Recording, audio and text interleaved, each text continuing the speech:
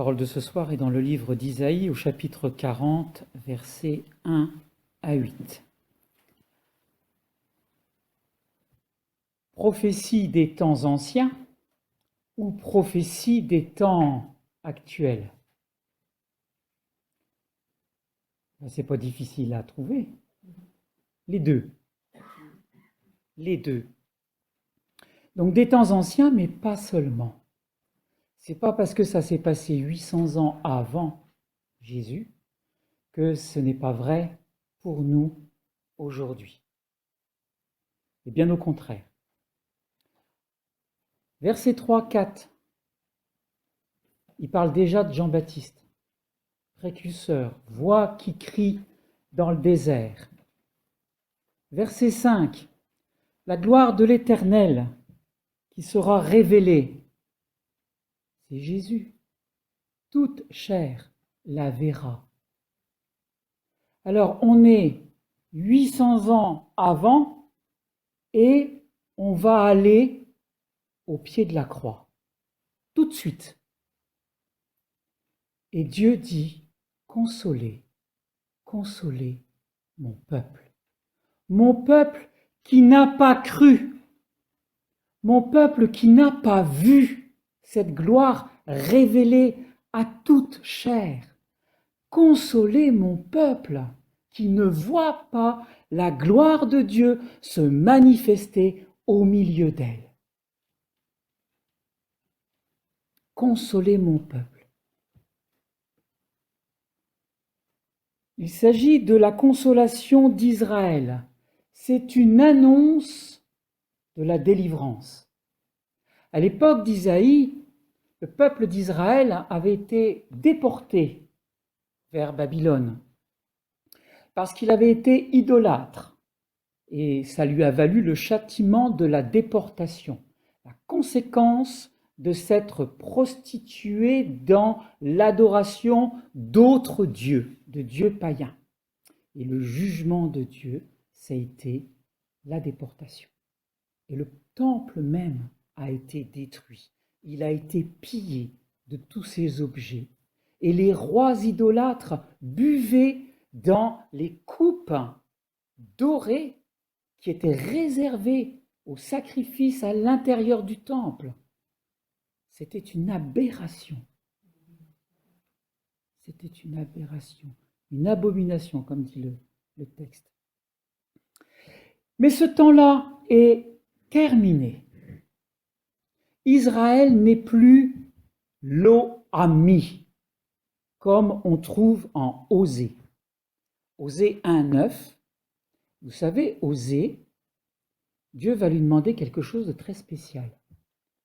Pour figurer ce que le peuple fait, il va dire à son prophète d'épouser une prostituée. C'est une histoire très grave, parce qu'il n'avait pas le droit, normalement, d'épouser une femme étrangère. Et il va lui dire, pour qu'ils comprennent ce qu'ils sont en train de faire, tu vas épouser une prostituée et tu vas avoir des enfants avec elle. Et tu vas appeler ton fils Lohami, qui veut dire « tu n'es plus mon peuple ». La descendance qui sort de la prostitution à la condamnation qui s'appelle « tu n'es plus mon peuple, tu es Lohami ». Parce que tu te prostitues. Parce que tu ne vois pas la gloire de Dieu près de toi, parce que tu ne sais pas te tourner vers le Dieu vivant, tu n'es plus mon peuple. Et là, il proclame « Consolez, consolez mon peuple. Les jours de l'éloignement sont terminés. La détresse est finie. Les jours de la déportation et de l'exil sont révolus. Ça y est, c'est fini, parce qu'il dit plus « tu n'es plus ce peuple », mais il dit « consolez mon peuple ». Tu es à nouveau le peuple de son appartenance. C'est donc la condamnation de toutes ces prostitutions idolâtres qui lui ont valu le châtiment. Et à chaque fois que Israël a été déporté, à chaque fois quand Dieu parlait de ce peuple d'Israël, il disait plus mon peuple, mais il disait ce peuple. On voit ça à plusieurs reprises, notamment en Isaïe 6, 9, quand Israël écoutait mais ne comprenait rien, quand Israël regardait mais n'apprenait rien. Il était appelé ce peuple de la part de Dieu. Rappelez-vous au mont Sinaï, quand Moïse est à la montagne et qu'il y a le veau d'or en bas. Dieu dit « ton peuple ». Il dit « non, ton peuple à toi ». Non, c'est le tien, c'est celui qui est en train de se prostituer devant le veau d'or. Dès qu'il y a idolâtrie, il n'y a pas de contact possible avec la sainteté de Dieu. Ça ne peut pas s'approcher. Et c'est à nous de faire le travail de notre purification et de notre sainteté. Tant qu'on reste idolâtre et impur, on ne peut pas rentrer dans la présence de Dieu. En tout cas, pas pleinement. Pas pleinement de ce qu'elle pourrait nous donner. On a des consolations, mais on n'est pas pleinement dans sa présence. Il parle aussi de ça dans Isaïe 8, 6, en disant « Parce que ce peuple a méprisé les eaux de Siloé. » Ce peuple. Les eaux de Siloé, vous savez qu'il y a eu des lépreux qui ont été guéris. Il y a des malades qui ont été guéris à Siloé. D'accord ? Siloé, c'est un tout petit filet d'eau. Mais ça coule. Ça veut dire deux choses. C'est une eau vivifiante et c'est pas une eau destructrice. Et le peuple d'Israël, à ce moment-là, il a méprisé l'eau dans ce tout petit filet qui irriguait Jérusalem. Les sources sont rares. En Israël, on est obligé de faire des cuves, des citernes, pour capter l'eau des pluies. Alors dès qu'il y a une source, on la protège. On la protège, on en prend soin. Isaïe 40, de 1 à 8. Donc cette eau qui coule, tout petit filet calé, on la protège. Et le peuple avait méprisé cette source-là. Et ça lui a valu d'être appelé par Dieu ce peuple. Ce n'est pas possible. Il recevait une grâce vivifiante, symbole du Saint-Esprit.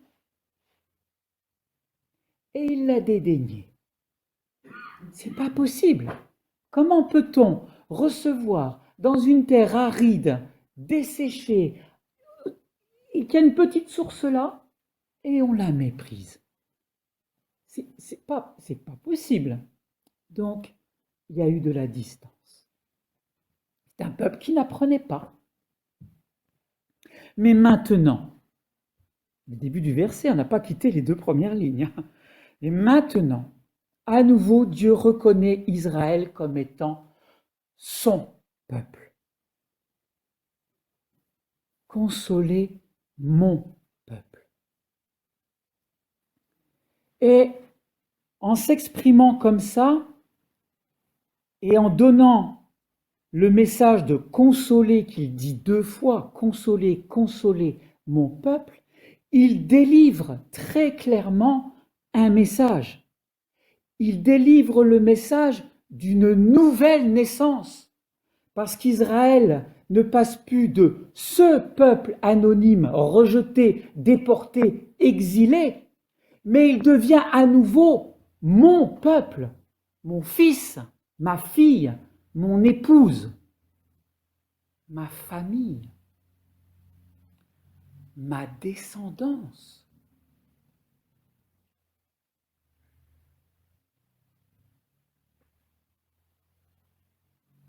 C'est la naissance du nouvel Israël. comme on trouve en Isaïe 66, 8. Un pays peut-il naître en un jour? Si Dieu veut, oui. Ce pays qui était déporté, à l'instant où Dieu dit « Consolez mon peuple », ce peuple naît tout entier. Il naît réconcilié. Il naît dans un statut nouveau, restauré. Le verset d'Isaïe 66, 8 continue en nous disant « À peine en travail, Sion a enfanté ses fils. » Il n'a pas eu le temps d'avoir les souffrances. Hop, c'est arrivé. Le peuple est né. Ça nous fait penser à Israël qui sort de l'Égypte. En un jour, de peuple esclave, il est passé à peuple libre. Du peuple en gestation de l'adoration du vrai Dieu, il passe au peuple qui va recevoir la loi de la Torah. Nouvelle édification. Du jour au lendemain. En un jour, Dieu peut faire naître un peuple. Moi qui fais enfanter, empêcherai-je de faire naître? Conclut-il. Il y a des nations comme ça, hein, du jour au lendemain. Il a fallu avoir la Catalogne. Mais bon, vous voyez ce qui s'est passé en Yougoslavie, il y a quelques années en arrière. Paf, scindé en deux. La Corée, nord-sud. Paf. Il faut peu de temps pour faire une nouvelle nation. Après cette nouvelle naissance d'Israël, après cette nouvelle naissance des gens qui n'ont pas cru au pied de la croix, il faut toujours ramener, hein. Voilà. Dieu se révèle non plus comme un juge, mais comme le Père des miséricordes. La croix n'est-elle pas le trône de toutes les miséricordes?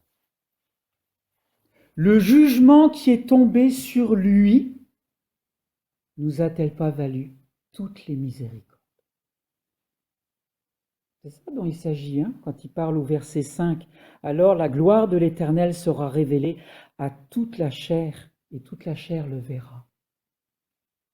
On est donc bien en train de regarder à la croix, et Isaïe 53, de 4 à 6, nous parle du serviteur souffrant, qui a porté tout le jugement, toute l'opprobre. C'est juste un petit peu plus loin, là, au verset 40, mais en 53, c'est ça, hein, c'est 53 ou 5, je ne sais plus. C'est un tout petit peu plus loin. Certes, ce sont nos souffrances qu'il a portées, c'est de nos douleurs qu'il s'est chargé. Donc voilà. Et nous avons considéré qu'il était atteint de la plaie comme frappé par Dieu et humilié, jugement, pour tous les péchés du monde. Mais il a été transpercé à cause de nos crimes, écrasé à cause de nos fautes. Le châtiment qui nous donne la paix est tombé sur lui. Consolez, consolez mon peuple.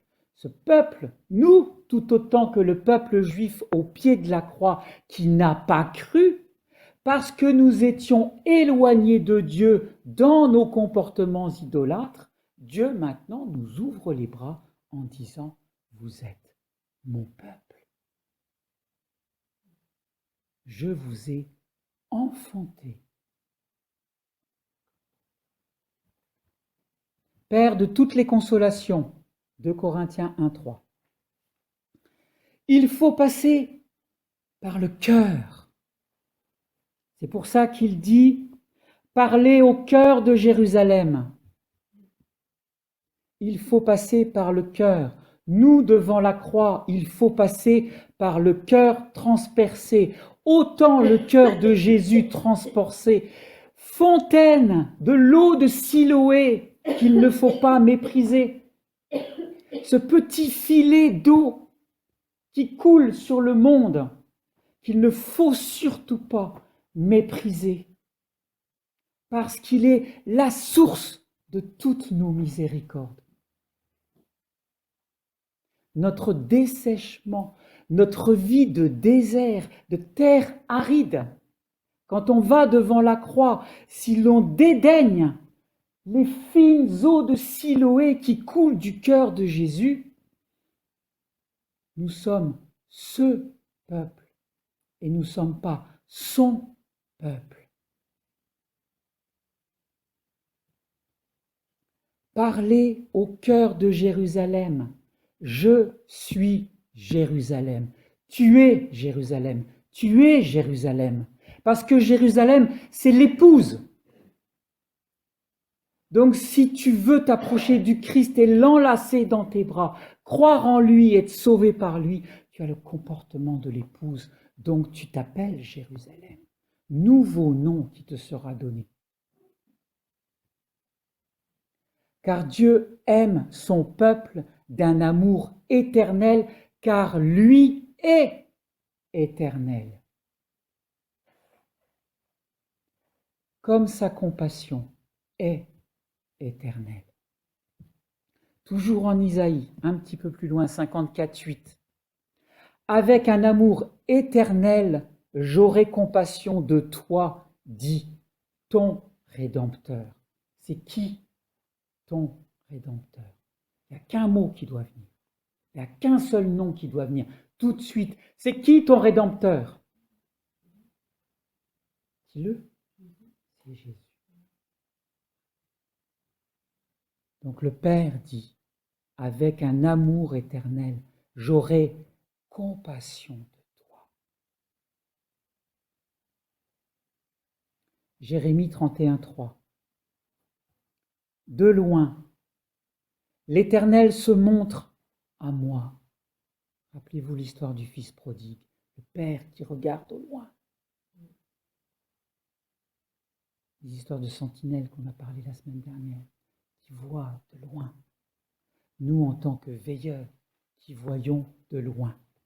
Oh, il y a eu un truc génial dans l'homélie de dimanche. Le monde d'aujourd'hui nous apprend à être très proche de la VPC, la vente par correspondance. Et le prêtre à l'homélie nous a dit que nous devons être des VPC, des veilleurs, des précurseurs et des chercheurs. VPC. La VPC de Dieu, ça n'a rien à voir avec la VPC du monde. Mais c'est un petit moyen de se rappeler que le comportement, même s'il porte le même nom, n'est pas bâti sur la même chose. C'était une anecdote. Donc, l'Éternel se montre à moi de loin. Je t'aime d'un amour éternel, c'est pourquoi je te conserve ma bienveillance. Dieu ne peut pas dire d'un côté je t'aime éternellement et en même temps ne pas te gratifier de sa bienveillance. C'est un package. Tu as le paquet cadeau, le ruban, le contenu, tout ce qu'il y a dedans. Tout. La totale. Il est entièrement don. Donc il y a tout qui va avec. Donc le temps de la tribulation est révolu. Là, ce temps de grâce, ce temps de l'avant, la tribulation, de la déportation, de l'éloignement de Dieu, d'être ailleurs avec des gens qui n'ont pas vu la gloire de Dieu, qui ne croient pas en lui. Ce temps-là doit être révolu. La colère de Dieu qui a valu ce jugement qui est tombé sur Jésus, ce temps-là, cette colère-là est passée. Maintenant, c'est le temps de la bonté. À ça, il y a 3 raisons. Et c'est valable pour nous aujourd'hui. Premièrement, le temps de la détresse est accompli. Verset 2. qu'est-ce qu'il dit? Son combat est terminé, elle est graciée. D'accord? Le temps de la détresse est accompli. Quand on est au pied de Jésus, la parole de la fin, c'est « tout est accompli ». La détresse, c'est fini. La tribulation, c'est fini. L'esclavage, c'est fini. Le péché non pardonné, c'est fini. C'est accompli.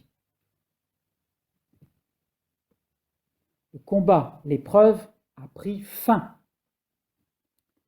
L'iniquité du peuple est acquittée. Je dis, hein. Elle a reçu de la main de l'Éternel au double de ses péchés. L'iniquité est acquittée parce que le Christ a tout pris sur lui à la croix. Revoir le serviteur souffrant en 53, 4, 6. Ça, c'était la deuxième raison. La troisième, elle, Jérusalem, elle, l'épouse, nous, l'Église aussi, d'accord? Toute la marmaille de croyants, puisque nous sommes des enfants, donc nous sommes la marmaille. C'est ce qu'on dit dans l'Écriture, hein, les enfants, c'est la marmaille. Elle a reçu de la main de l'Éternel le double pour ses péchés. Le double de quoi?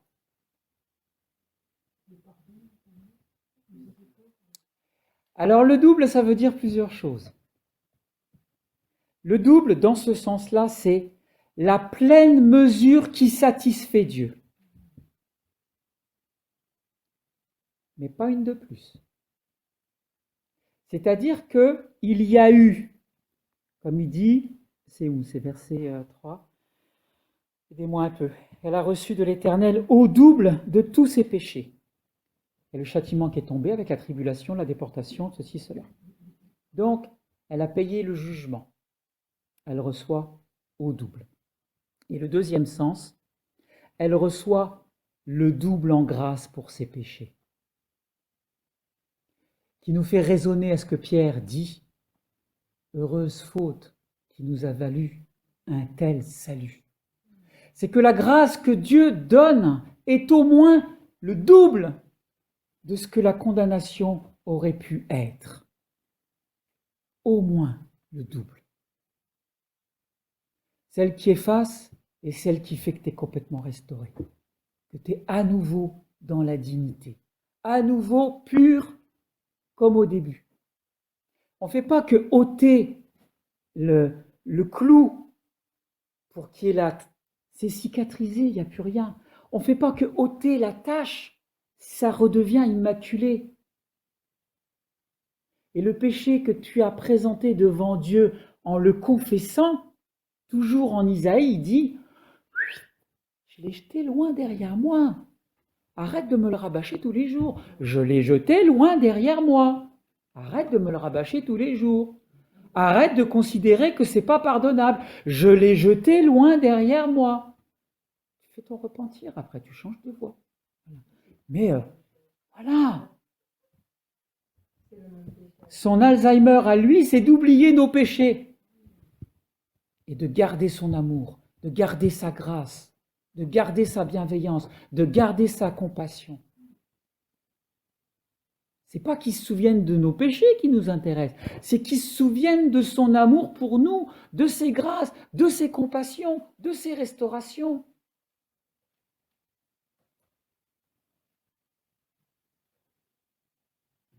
Donc le double de grâce. Et alors après, il y a tout un passage sur cette histoire d'herbe. Vous avez vu? Le peuple qui est de l'herbe sèche. Ça vous fait penser à quoi? C'est l'herbe sèche qui ne s'est pas laissée irriguer par le petit filet d'eau de Siloé. C'est ce peuple qui poussait par la création cette belle herbe en qui Dieu a mis sa semence depuis la Genèse et qui est fait pour servir de nourriture aux autres et qui porte en elle la semence pour donner à manger, pour porter du fruit. Et puis cette herbe-là, elle a refusé l'eau de Siloé qui coule du cœur de Jésus.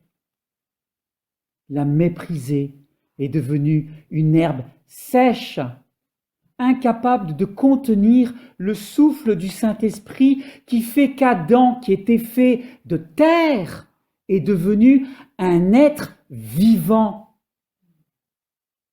Et l'herbe est devenue sèche parce qu'elle n'est pas habitée, elle n'est pas vivifiée par la sève du Saint-Esprit. C'est toute l'histoire du sarment qui est irrigué par le Saint-Esprit et que si ça ne porte pas de fruits, on émonde, on met de côté et on brûle. Par contre, il y a des herbes qui sont splendides. Il y a un moment dans l'Écriture, on parle des lys, des fleurs des champs. Et que Salomon, qui était le plus sage, comme il n'y en a jamais eu d'autres sur terre, et comme il n'y en aura jamais d'autres, dit l'Écriture, même lui n'était pas vêtu aussi beau que les lys des champs. Parce que Salomon était irrigué par le Saint-Esprit. Il était rempli de sagesse, il l'avait demandé dans sa prière. Donc il était une herbe belle, pleine de senteurs. Vous avez vu les lys qui sont là? Ça embaume une pièce complète. Ça donne la bonne odeur du Saint-Esprit partout. Ça fleurit, c'est beau à regarder, ça sent bon. Le lys de Saron, on en parle aussi dans l'Écriture. C'est une rose, le lys de Saron, qui est aussi un symbole du Christ.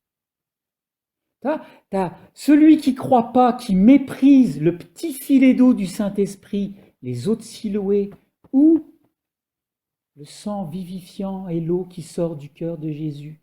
Toute personne qui dit « Mais qui ton Dieu? C'est quoi ton Jésus qui vient à Noël ?»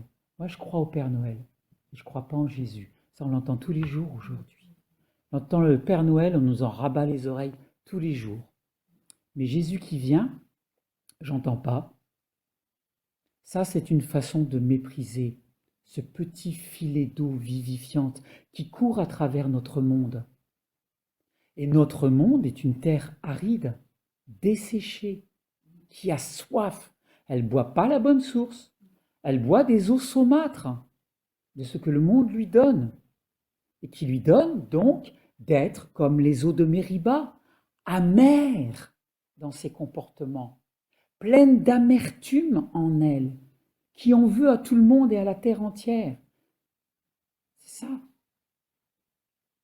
Alors, il nous dit à la fin, enfin en plein milieu, pardon, que les chemins vont être nivelés, que les montagnes vont être abaissées et que les reliefs vont changer en terrain plat.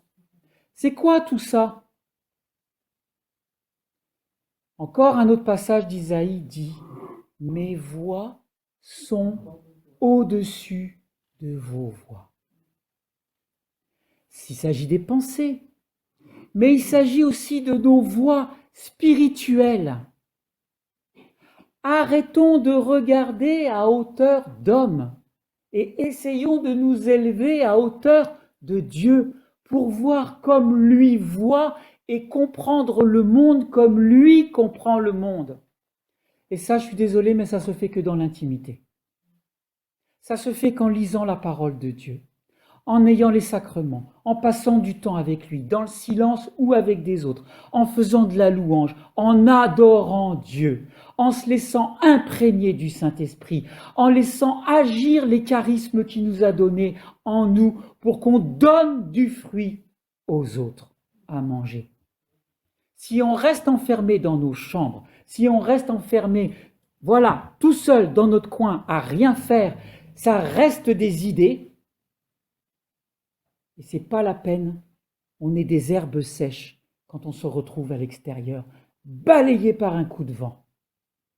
Il s'agit pour nous, dans cet avant, où on est déjà à la moitié, d'élever nos pensées pour être dans les voies de Dieu. Et là, il va passer dans nos pensées. Il va passer dans notre cœur. Et il va appeler par notre nom et on va être son épouse. Sa Jérusalem à lui, en chacun de nous.